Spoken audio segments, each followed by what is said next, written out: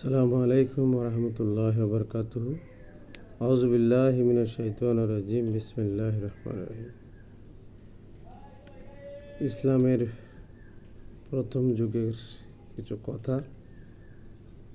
যখন ইসলামের প্রথম যুগে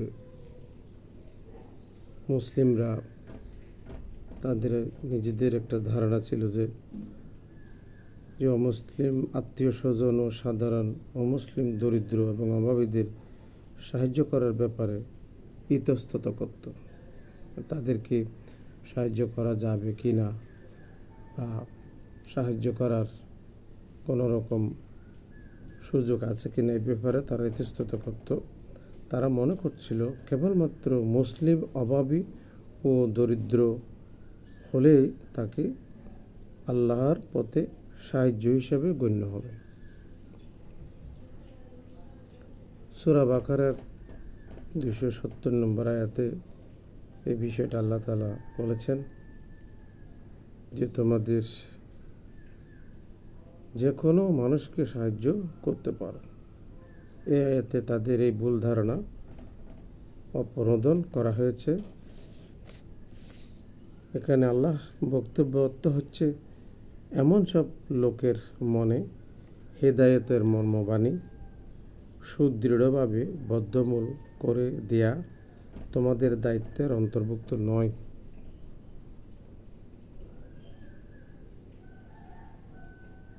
তোমার দায়িত্ব হচ্ছে কেবল এদের কাছে হক কথা পৌঁছিয়ে দেয়া। একজন মানুষের দায়িত্ব হচ্ছে অন্য মানুষের কাছে, যারা ইসলাম কবুল করে না, ইসলামের পথে আসে না, তাদের কাছে হক সত্যের বাণী পৌঁছিয়ে দেয়া। হক পৌঁছিয়ে দিয়াই তুমি দায়িত্বমুক্ত হয়ে গেছ। এবং যথাযথভাবে যদি আমরা সত্যের দাওয়াত পৌঁছায় দিই তাহলে আমরা অবশ্যই দায়িত্বমুক্ত হব। এখন তাদের অন্তর্দৃষ্টি দান করা বা না করা আল্লাহর এখতিয়ারভুক্ত। আর তোমরা নিছক তাদের হিদায়াত গ্রহণ না করার কারণে পার্থিব অর্থ সম্পদ দিয়ে তাদের অভাব মোচনের ব্যাপারে ইতস্ততা করো না, কারণ আল্লাহর সন্তুষ্টি লাভের উদ্দেশ্যে তোমরা যে কোনো অভাবী লোকের সাহায্য করো না কেন আল্লাহ তার প্রতিদান অবশ্যই তোমাদের দেবেন। এখানে মুসলিম ও মুসলিম বলতে কোনো কথা নেই। যে কোনো অভাবী মানুষকে আল্লাহর সন্তুষ্ট লাভের উদ্দেশ্যে এবং মানুষের প্রয়োজন, মানুষের অভাব অনটন দূর করার জন্য মানুষকে সহযোগিতা করলে, মানুষকে তার যে পাওয়ার সেই অধিকার যদি সে পায় তাহলে অবশ্যই আল্লাহ রাব্বুল আলামিন তাদের প্রতিদানের বিনিময়ে অবশ্যই আল্লাহ দেবেন, আল্লাহ ওয়াদা করেছেন।